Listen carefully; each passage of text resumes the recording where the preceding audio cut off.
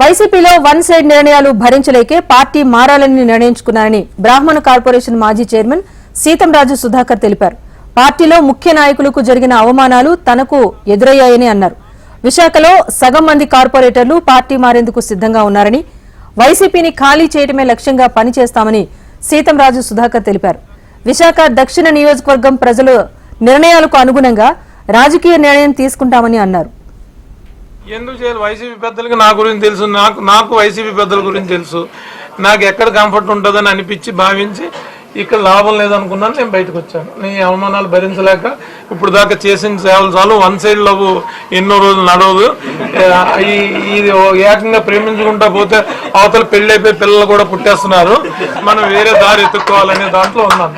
మీకు కార్పొరేటర్లు సగానికి సగం ఖాళీ అవుతారు, పెద్ద నాయకులు కూడా ఖాళీ అవుతారు.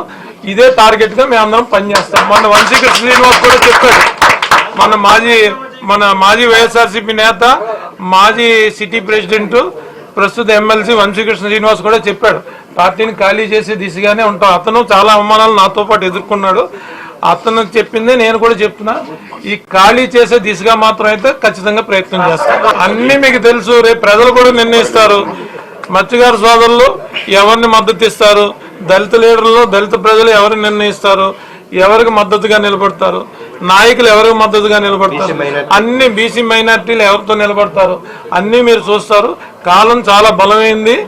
ఆ బలమైన కాలం ఖచ్చితంగా సమాధానం చెప్తుంది.